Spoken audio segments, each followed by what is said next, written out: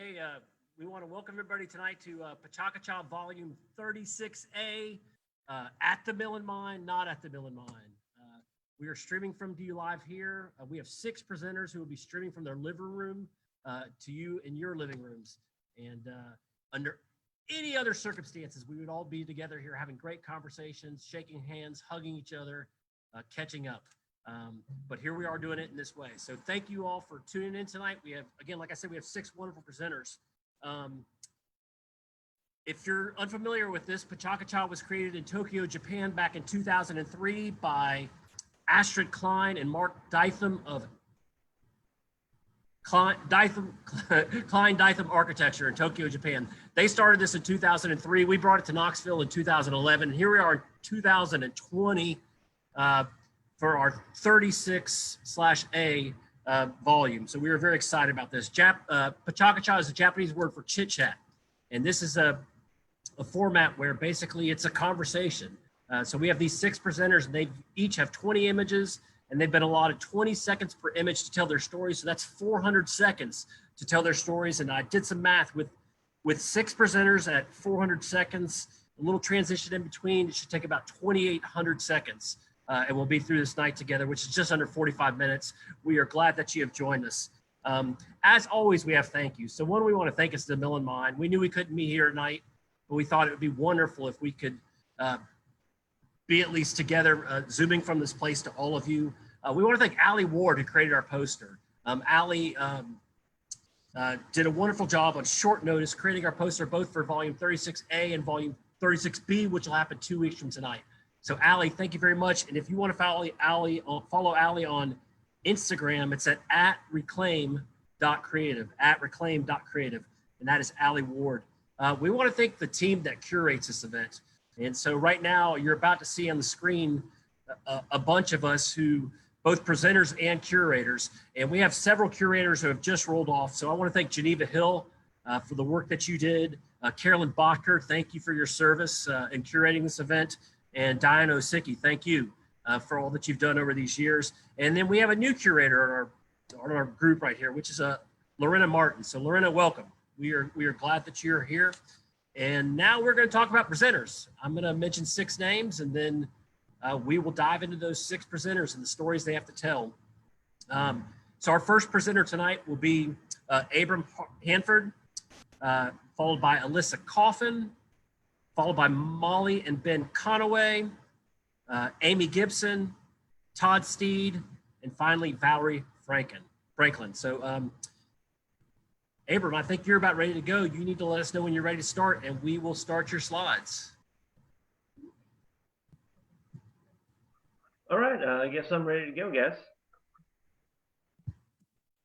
Thanks, Matt, and everybody putting this on. You're doing a great job. Choctaw is awesome. My name's Abram Hanford, and I am one of the proprietors at Architectural Antics in Knoxville, Tennessee. We sell architectural salvage, art, antiques, garden decor, elegant junk, fantastical treasures. We try to be a resource for homeowners, businesses, and craftsmen and artists. So today we're going to talk about doors. Not Jim Morrison, but antique doors, and we sell quite a few of them. And sometimes a customer will ask us, why would I use an old door when I can go buy a new one? Well, the first reason is I don't sell new doors. But to really look at that, we got to go back in time. The origins of wood, and where did this wood come from? So 100 years or so, logging looked different. We used a lot of longleaf heart pine in our building materials. This picture is probably redwood or sequoia, but heart pine is a great to salvage. It's got a tighter grain density, and it's a good quality wood. But wood has a lot of captured energy involved. It's a lot of energy to grow, harvest, transport, process it into materials. And modern logging has changed in a lot of ways, but unfortunately, there's still a lot of virgin and old growth forests that are being clear cut. Places. These are images in Romania that IKEA is still suspected of sourcing a lot of wood from, and other companies around the world. And not to say that they're all cheap products, but there are a lot of cheap wood products that are destined for the landfill. along with a lot of valuable wood and materials that could be reused. It's a shame. There's a lot of things that will never be used again that goes in there. And it's estimated that about 350 million tons of building materials are dumped in landfills every year. We live in a disposable society. It's influenced by consumerism, and we have planned obsolescence in every aspect. So, and there's still a stigma of secondhand and used and salvaged goods being substandard and lower quality. But using and acquiring salvaged materials does have its challenges. Old, dirty, and heavy is our motto at Architectural Antics. And refinishing doors, dealing with lead paint or stripping chemicals, it's a nasty business, but it's a virtuous endeavor, and the finished product is really worth the effort, revealing the beauty of all the wood doors there. Newer interior wood doors are often constructed using a lot of pressed wood and wood veneer and wood blocks that are kind of glued together, but it's destined to fall apart if it's exposed to the elements. They're tough to repair. And pressed wood, well, it's made using a lot of wood chips and sawdust and wood fibers. They're bonded together with adhesives and chemicals like formaldehyde. It's a good use for recycling wood and using wood waste, and it can be a good material for a lot of purposes. Unfortunately, there are some logging practices that still harvest timber specifically for this purpose, but I personally don't think that OSB and this veneered wood, it's not an aspect to feature in products, but to each their own. Some people like the way this looks, but furniture made with pressed wood typically has a lifespan of around 5 years. It's not made to be taken apart and put back together. When it gets wet, it swells up, and it's really hard to repair. It's usually not worth repairing. In the future, no one's going to brag that their grandparents made this bookshelf, and it's called a Gershbinger from IKEA. If your furniture is made the same way that wood fire blocks are made, it's not a very good sign of quality. But the craftsmanship of old doors, though, that's something that we should preserve and appreciate. The years of wear and tear, they reveal the integrity and the strength and durability that lasts through a lot of generations.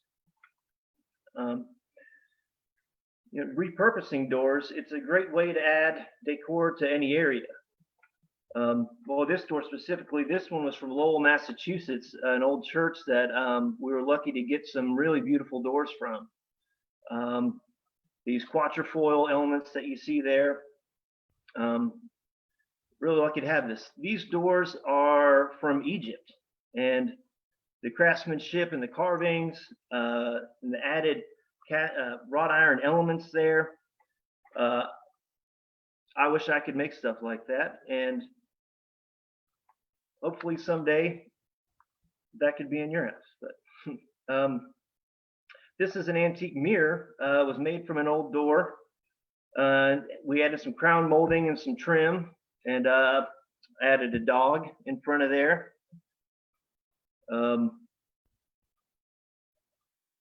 So this is a desk that we made from an old garage door panel. Created a sales area on one end and a workspace on the other side. We finished it with some cherry flooring and some wormy pine planks, and it's at our friend's spot at White Fox Beat Studio. But doors should be celebrated and appreciated. It's something that we use every single day. They're the physical yet symbolic barrier and passageway between created dimensions in our lives. So, next time, consider using an old door next time you need one. Or you're looking for a project to make a table or a desk or something, and use salvage materials wherever you can. Embrace the character of old wood. Get your hands dirty, and don't be afraid to mess it up. But, well, thanks everybody. Appreciate you tuning in to all this. And, you know, in these troubling times, remember to support your local businesses and friends and restaurants and breweries. And we'll see you all later. Thank you.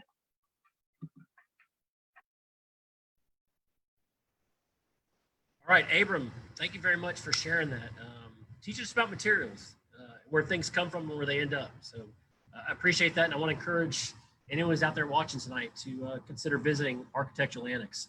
And one thing I appreciate about Abram is how consistent of a Pachacacha fan he has been. I love seeing you here every night. And I look forward to the next time that we can gather. Our next presenter is Alyssa Coffin. Alyssa, you're going to let us know when you're ready. And we'll be on your way. Hi, Knoxville and beyond. My name is Alyssa Coffin, and I'm an interdisciplinary artist from New England, but I moved to Tennessee about 2 years ago for an artist in residency program at Aramont School of Arts and Crafts. And I decided to stick around. I'm still here, and I'm going to tell you a bit tonight about my art practice and the direction that it took the past 4 weeks during quarantine. Go for it.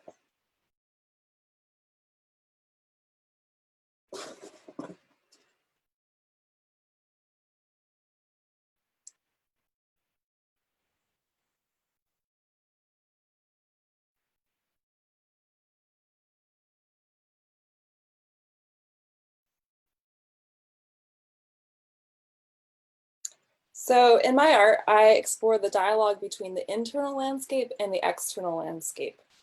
And I use photography to document my interactions, sculpting my body to respond to the rocks and trees. And I'm asking, what does it mean to be human as mind, body, and spirit in relationship with the natural world? The photographs become dimensional photo transfer skins, but when the pandemic hit, suddenly my artwork as an object didn't feel relevant anymore. I was thinking about silence. Silence in an age of noise, this internal clutter from daily being bombarded with information and visual stimulation. Suddenly, I was witnessing the coronavirus forcing a sort of silence to pause, prompting people to re-engage with the specifics of place. Silence can be a frame that holds the barrage of noise at bay and creates space to allow what is present to surface. This idea took on visual form when in April, I was asked to be one of the participating artists in a project called Home Alone Together for Image Journal. And we were asked to take a photograph in a different room of our quarantine quarters each week. So I decided to just translate my usual practice of making work in parks and on hiking trails to intimately dialogue with the landscape of my indoor environment. And in this first photograph, I'm in my bed, where usually nakedness is a private act. And so letting the camera into my personal spaces was a unique exposure, revealing my body as a person instead of its usual sculptural symbolism. I usually try to conceal the camera as a mediating tool, but for this project, I play with camera angles to express my psychological state in quarantine. And this domestic landscape was no less vast than my usual workplace, just devoid of risk factors like weather and wildlife. Yet I was still working with the real-time element of light. And in this compressed format of exploring a single room, another dimension opened up, one of immense complexity of movement. The volatility of sunlight is frustratingly magical. It's constantly shifting, creating endless shapes and light and shadow. And it fragmented objects in my body swiftly and resolutely. It was an inbreaking of the transcendent that could not be contained by the rooms where I communed with it. And I witnessed these symbolic displays, like light cutting a coaster in half, revealed itself to me as a sort of yin-yang of this global pandemic. Crumpling my body into the kitchen cabinet seemed to mimic the contortionist-like feat of quarantine. And crawling out became my meditation on emergence, the weak things are starting to open back up. By directly altering my body's orientation, I was expanding my ability to see. Everything normal size became grand, like when I crawled under the dining room table like a kid and looked over at the globe. This small model was suddenly monumental, with my feelings of being bonded in this experience of the coronavirus across the world. My studio revealed itself in a way that almost felt like it was mocking me. It said, "You thought your studio was this nauseating room of creation where you're always trying to produce, but actually this is the artwork. It's dancing across you every day in the 5 o'clock sun. And there's nowhere you can hide from your work because everything is already made." The sun's pattern became the way I thought about each room. I sat in the room for that week and meditated, taking note of every detail that I could absorb. And internalizing these sights really matured my relationship with my spaces. In addition to the boundaries of a particular room, my rule for each photo was that it had to involve my body and shapes of light. And these restrictions applied to the frame of my camera became my frame of silence, the means for stripping away noise. My camera frame became the pause in the usual hurry of utilitarian interactions with my living environment. A space in which to listen and attune to what was present, the divinity in the quotidian. The 2 photographs where I broke my own guidelines represented my displacement those weeks and revealed a power in giving my attention to even fewer things. For instance, this week shooting in my bathroom was the week some unfortunate dynamics caused by the pandemic were forcing me to move out. And so I was taking numerous photographs as a way of mourning, leaving a home that had been my safe place, a sense of security and identity during a very uncertain time in the world. My body no longer had solid ground to define it. And so in the end, this final unplanned shot that the self timer on my camera captured resonated this absence. Suddenly the bench became my altar, spotlighted in the sun, dripping my red towel of mourning the death of my time there. I realized quarantine is really a privilege when you have a sanctuary to retreat to. But when that was stripped away, the compressed format of a room became even smaller. And I was reminded that home was never a physical structure. It can only exist inside myself. Here again, I encountered the frame of silence. So in the end, this project, Home Alone Together, became more of a look into an internal landscape that we all share, rather than an individual house. It became about that internal still point of home, like the eye that's calm and ever present, a shared silence.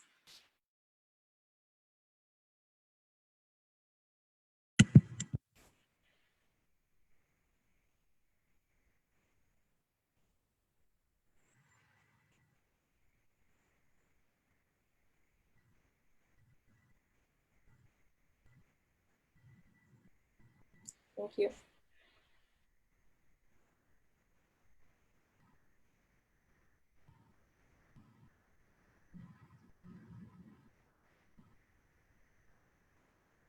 All right, Alyssa, thank you. I think that myself, as well as many of the folks watching this thing stream, can relate.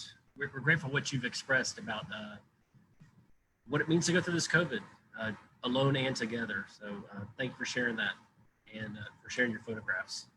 Our next presenters are Molly and Ben Conaway. They're going to talk to us about some pretty cool stuff they've been doing in North Knoxville, and I think it seems especially timely during this time. So Ben and Molly, I'm excited about what you're going to share, and let us know when you're ready to start. Yeah, thank you. Thanks for letting us be here tonight. This is cool. All right, let's go. So in 2011, we moved to Oakwood Lincoln Park. This would be the place that we live, raise our family, work and play and worship. And during the first years of listening to our neighborhood, we heard regularly someone bring up the idea of a neighborhood garden, but it just never played out. No one really had the capacity to get it going. In 2017, our twins were born. So we were sleep deprived. I was tandem nursing at home. We decided that would be an appropriate time to acquire a property and start this big garden project. There was an overgrown open parcel that we had our eye on Burwell Avenue, and it was just ideal for a time like this. So one morning we're at Wild Love Bakehouse and we're sharing our vision for this neighborhood garden with one of the baristas. And he sort of lights up and lets us know that we need to talk with a fellow neighbor that just happened to be in the shop that day. And it turns out we were all pursuing the same vacant lot with the same dream to start a garden. So we began meeting, and out of that came Burwell Gardens, the first initiative of our nonprofit, Cultivate Wholeness. This is where we seek to help improve the physical, relational, and spiritual health of our neighborhood. We want our gardens to not only address food insecurities, but also be a gathering space, a common ground where relationship can thrive. So we got to work. We began with 12 raised garden beds in the front of the property, which we would rent to neighbors for a minimal fee, and it would be theirs to weed and water and care for. And we created a large in-ground plot in the back of the property for more of a collective gardening area. And there's so many great community gardens out there, especially in our city, with elaborate and innovative market garden techniques. They provide CSAs and produce to sell at markets, and it's wonderful. But we realized that's not necessarily us. We realized that the relational aspect of our garden would be just as, if not more important to us, particularly in a world becoming more and more isolated. So from the beginning, we tried to make this a collaborative effort rather than an isolated or dictated one. We've tried to address the physical health of our neighbors, but also the relational health. We believe in a neighborhood where no one's hungry, but we also believe in a neighborhood where no one's lonely. And something happens when neighbors, despite all their serious differences, work together on something like this. We began things like monthly gatherings where neighbors would come work together in the garden and then walk over to Elst Brewing Company or Steamboat Subs, which are less than 100 feet away. We'd get a pint and a sandwich, and the brewers at Elst have helped work in the garden and then donated money that's spent in the brewery back to the garden. And so Cultivate Wholeness in our garden has 5 core values. The first is beauty. Beauty is so recognizable in the garden, and we hope this sparks a creative imagination in our neighbors. Next is integrity. We want everything we do to be marked by trustworthiness, honesty, and transparency. Molly mentioned collaboration. We desire to collaborate on not only the individual level, but also the organizational level. And we want to do this sustainably. We value sustainability not only in our gardening practices, but also our relationships. We want long-lasting partnerships. And then my favorite, rootedness. We think rooted lives means staying deeply connected to your local community, being faithfully present to your neighbors, and then allowing your initiatives to be informed and nourished by the community we're planted in. We wanted to be mindful of our choices and our actions, how those affect those around us. And ultimately, rootedness means being committed to the common good of our neighborhood. And this has been a lot of fun. We've had a group who've gathered around the fire pit for poetry readings. We've had cookouts and we've had parties and we've had concerts. We've had longtime neighborhood residents and we've had young families and we've had people off the street join us for music and conversation and great food. And of course, there's conflict. You can't have community and diversity without conflict. People have so many different ideas and practices when it comes to gardening. And a trend we've seen from other gardens is that people can't seem to reconcile these differences in belief and practice, and they get frustrated and they quit, and the garden becomes unsustainable and overgrown. And there's so many metaphors like this for the garden in real life.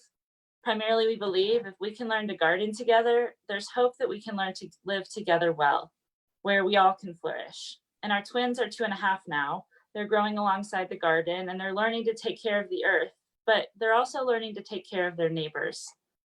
So you can see there's more to this than just gardening, but we are gardening. We are growing food and we're getting the food into the hands of neighbors who need it.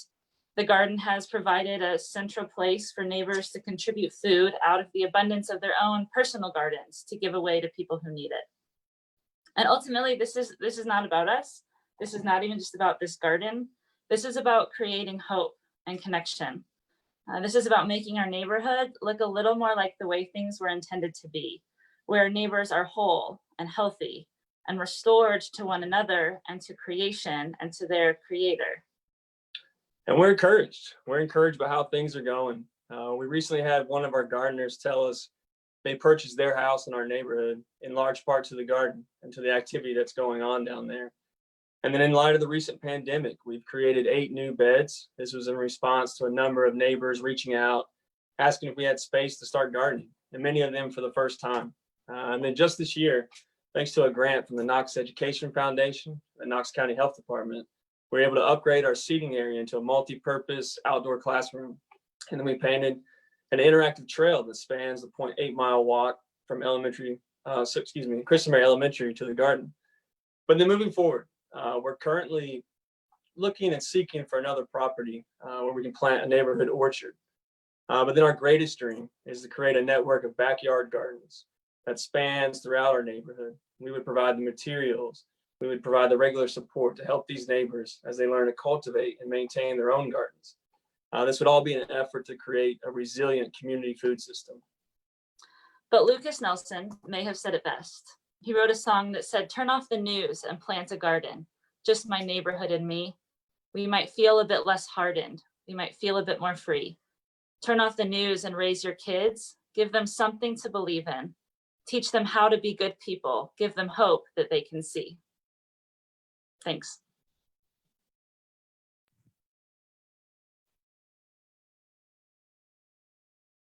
All right, Molly and Ben, thank you. Ben, I'm still grateful that I sat next to you at that concert at the Bijou, first row of the balcony, and heard about your garden, and here you are presenting about it to Knoxville tonight. So thank you so much for doing that, both Ben and Molly. Thank you. Our next presenter is Amy Gibson. Amy has some really important stuff to share. So Amy, you tell us when you are ready to go.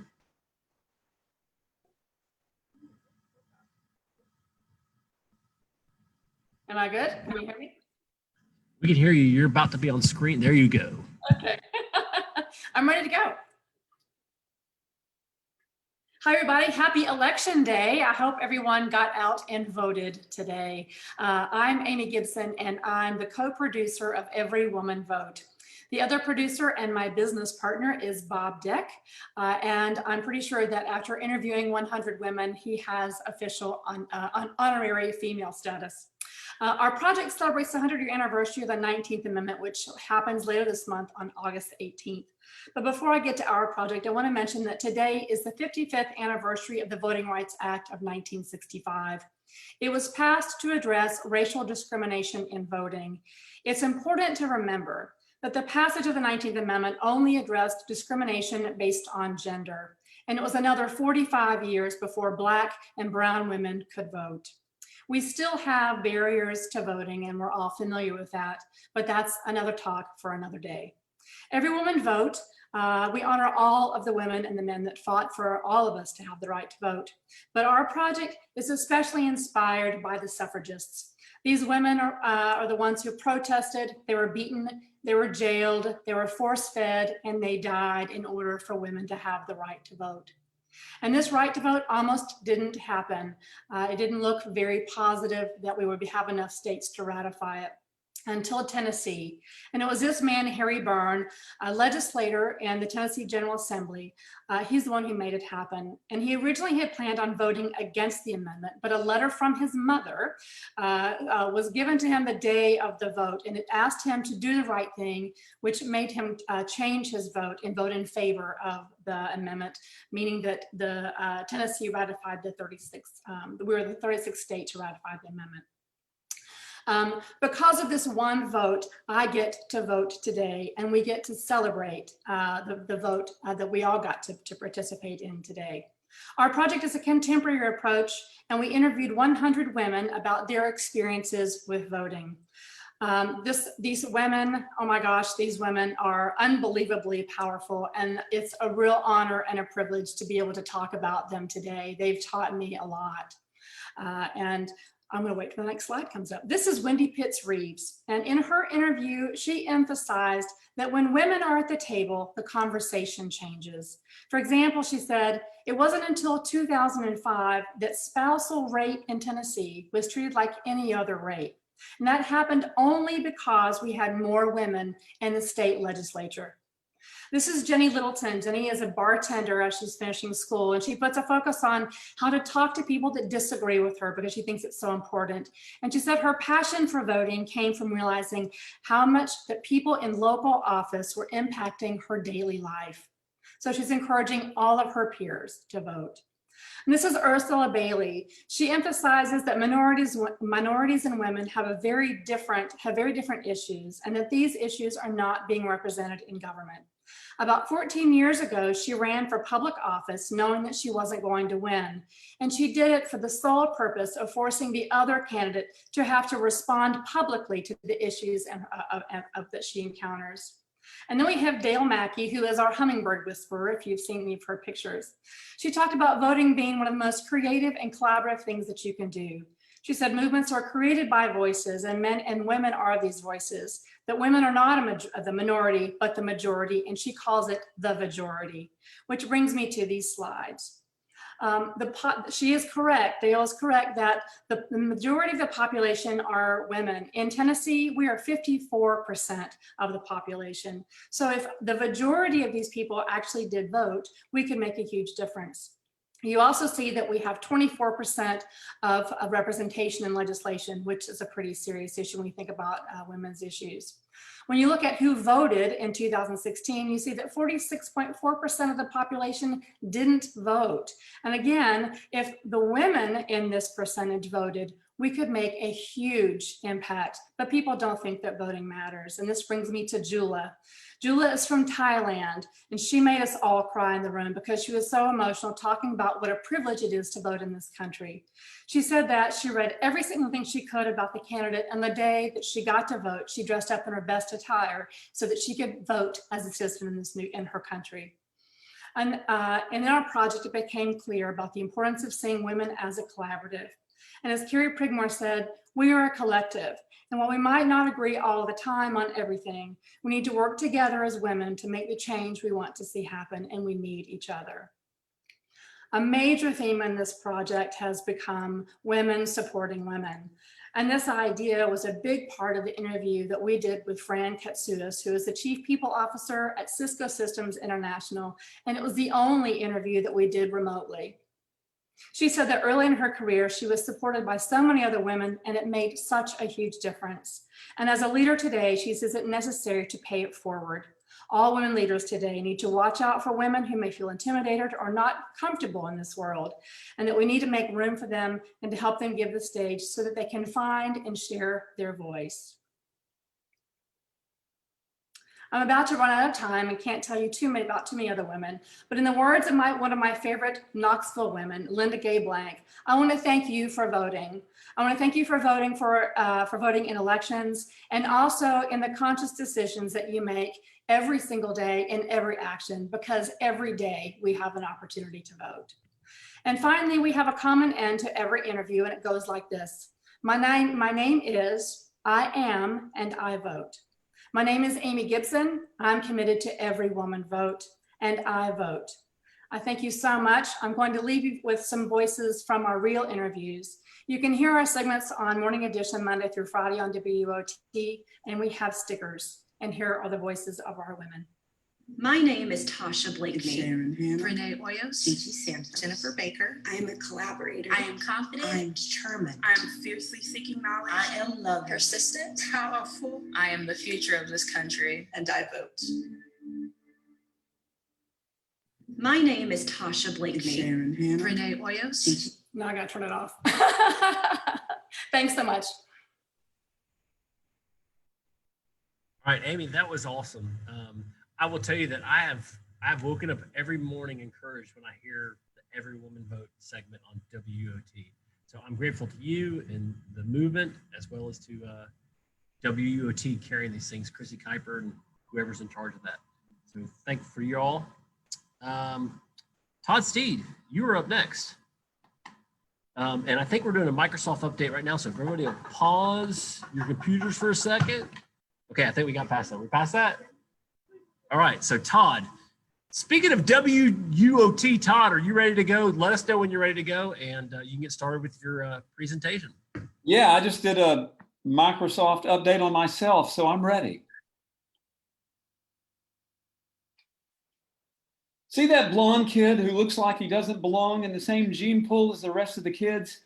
He recently realized that even if he lives to be 100, he's over halfway done on this train ride called life. And now would be a good time to take stock of things that he truly loves in the world, besides the people in this picture. So I made a list of things that I love in no particular order except the order that they're in. Since each day starts with music for me, I start with music that I love. I'm not a fan of labels and genres, but jazz is where I go swimming the most. The deepest part of that pool for me is New Orleans jazz, and the deepest part of that is Louis Armstrong. I often dream of trains, and this is not some cheap metaphor that Alfred Hitchcock employed in a film like North by Northwest. I dream of trains because I love trains. As a kid, I took the Knoxville to Birmingham train with the people in photo number 1. It's the only mode of transportation I take when it's available, which is almost never. You may be familiar with the United States of America. Despite its issues, this is a country I love to explore. It gave us Willie Mays, Dolly Parton, Ella Fitzgerald, Kurt Vonnegut, Pathead Summit, Joshua Tree, Fender Guitars, the Frisbee, the Constitution, and hopefully a lot of smart people that know how to protect it.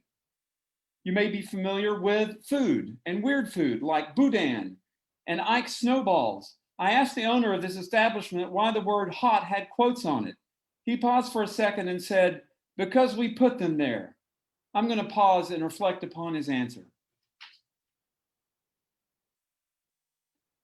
And speaking of quote-worthy food, on a recent trip to New Orleans, I ate some of the most famous joints in the city, but I stopped at this place for just a quick snack before going to see the Uptown Jazz Orchestra.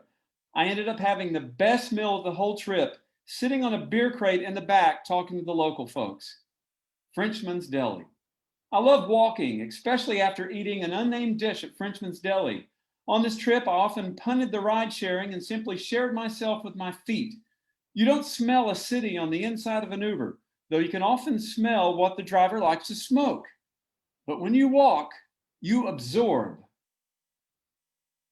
To me, this is the sport with the most space, the best sounds, the least violence, the coolest art, the easiest poetry, and the best pretzels. I am rarely happier anywhere else, and I don't know why. So take me out to the ballpark when the plague is over. Take me out to the crowd. There's art in baseball, but there's more art in art. Years ago, my wife took me to the Prado Museum instead of a guitar store. Hieronymus Bosch and Picasso blew my mind the way Pink Floyd had tried to years before. The world looks better when you see it through art. Tea. Is tea food? It might as well be, but if tea were food, I'd weigh 800 pounds. Tea is the only legal substance I know of that makes you more awake and relaxed at the same time. I think I'll have a sip now.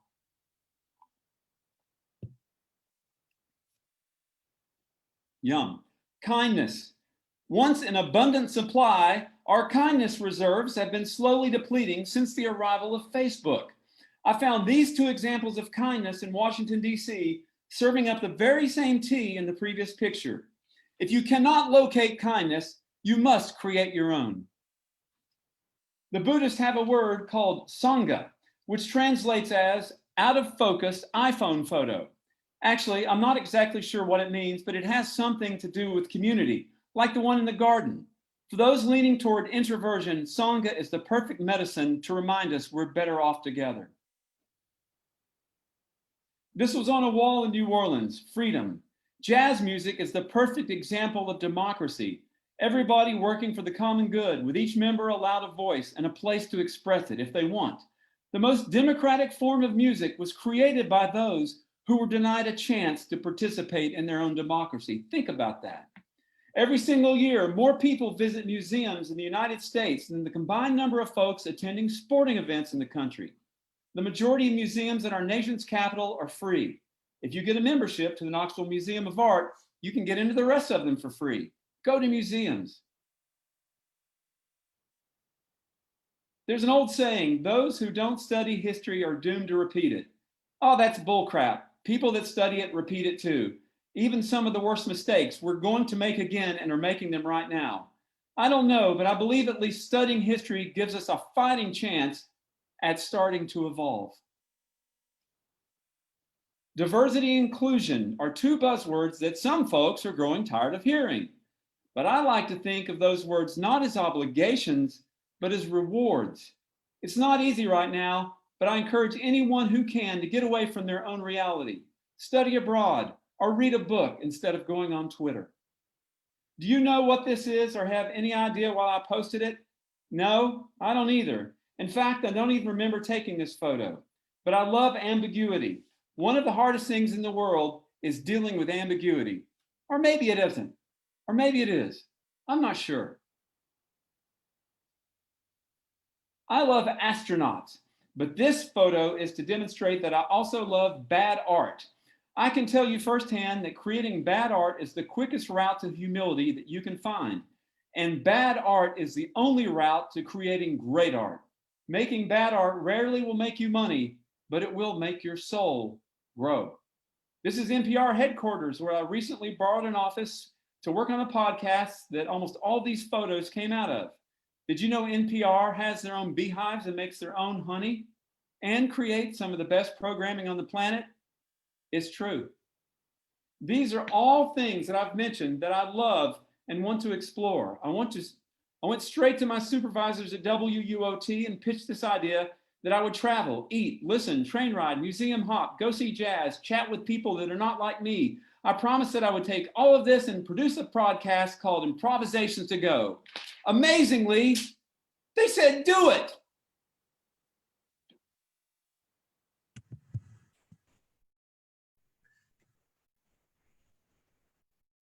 All right, Todd, that was awesome. Thank you for talking to us about everything. That was great. And I want to encourage people, if you've not looked on, I know that Todd I think it's on YouTube, and it's Improvisations to Go, and you can listen to it. And what's weird with YouTube is you can't close it while you're listening to it.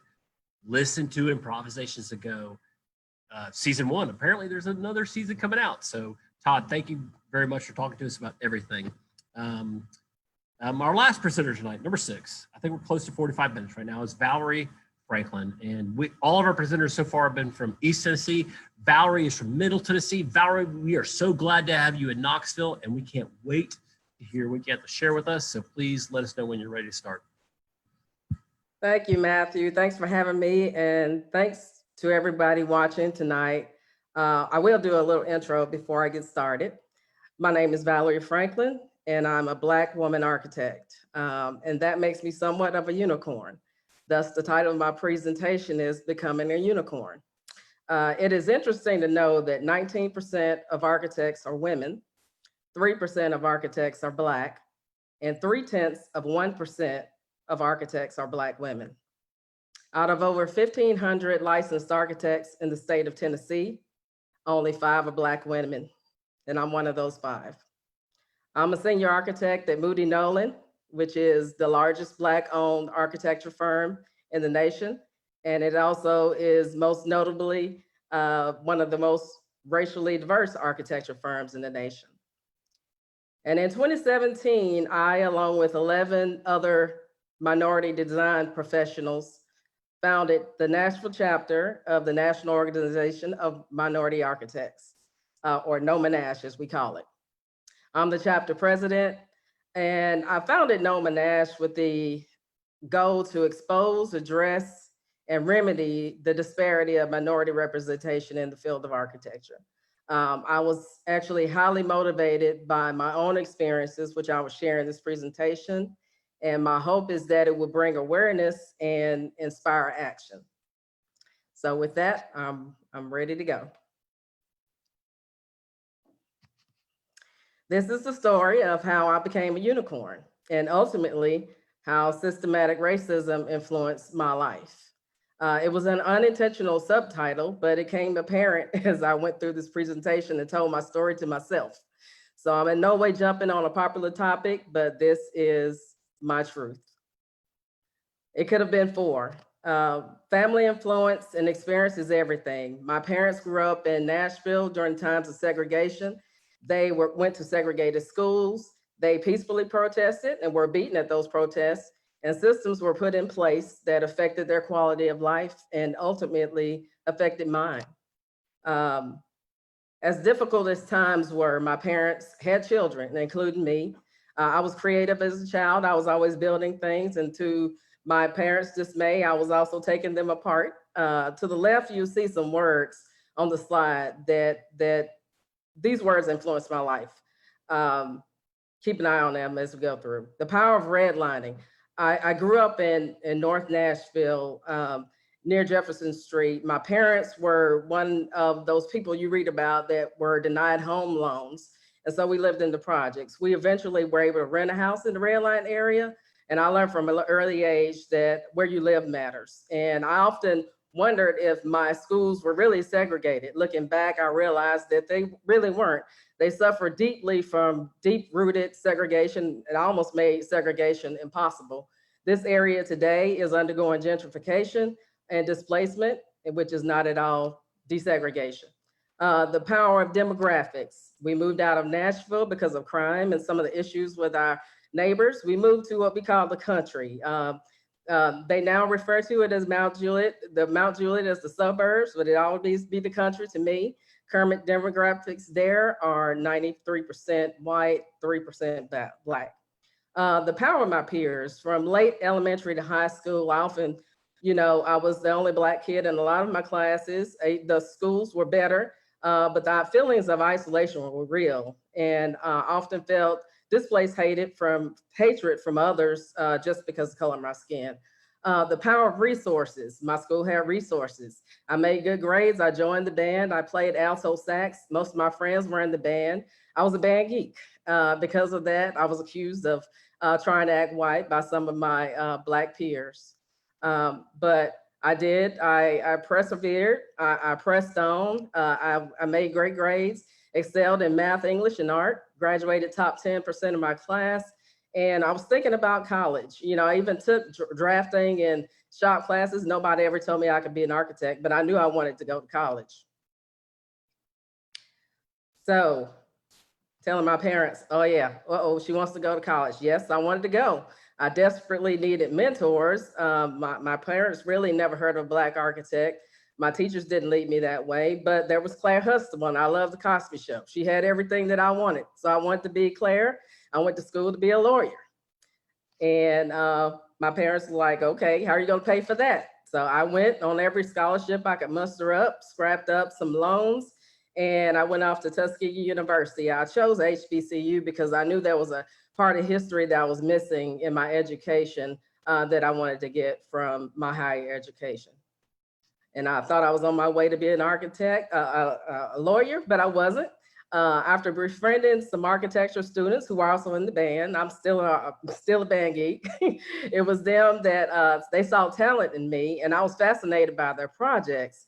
So I changed my major, ultimately, wasting some money and adding some years of college and losing some. But entering the workforce, it reminded me a lot of my high school experience, except for it was a little worse. Instead of being the only Black kid in my class, it was like the only Black kid in the school. So, and some of the racism, was real. Too many to detail here. That's for another discussion. But you can see the little 0.3% down there. So I learned early that I need to survive the workforce. I'm not unique to most women experiencing this in the industry and the professional careers. Bottom line is we don't get equal pay, opportunities, mentorship, sponsorships, and I'll talk more about sponsorships as we go in particular. On top of all that, women in the workforce, we suffer the most because of work-life struggles. Growing families is hard. Women often looked at as unreliable in the workplace because they bear the brunt of work around their children's schedules. But we all now see the power of and the benefits from working at home, don't we? All right, so Black women, we suffer a double whammy of racism and sexism in the workplace. We suffer from microaggressions than most. This display of respect not only affects Black women emotionally and mentally, but financially. Already women make 80% of what white men do, and Black women 63%. Racism is definitely exists in the workforce. A lot of it happens unconsciously, but a key factor is finding those people that will help you and assist you and identifying that there's a problem in the first place. So gone are the days where you can say that I'm not a racist. You must take an anti-stand, and that is what will cause action to put plans and programs in place to eradicate it. Tough conversations need to be had. A lot of us are having them now, and this is frankly one of them. And we have to do that in order to understand. Circling back to sponsorships, point blank, Black women do not feel like they have equal opportunity to access the CEO C-suite positions. I want to reach out to CEOs and partners. Please look at the people that you are mentoring and sponsoring and make sure that that pool is inclusive and barrier-free. Take action in the workforce. An architect's oath is to protect the welfare of the general public. We must use empathy to put ourselves in people's shoes. As a society, we must make change to advocate, mentor, sponsor, educate, support, elevate, and inspire.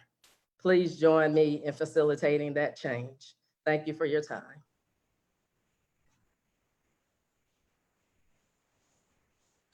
Valarie, thank you for joining us from Middle Tennessee. I know you're not invested in our community, but you are invested in our community. So thank you so much for sharing that with us and the viewers that are watching this thing stream online.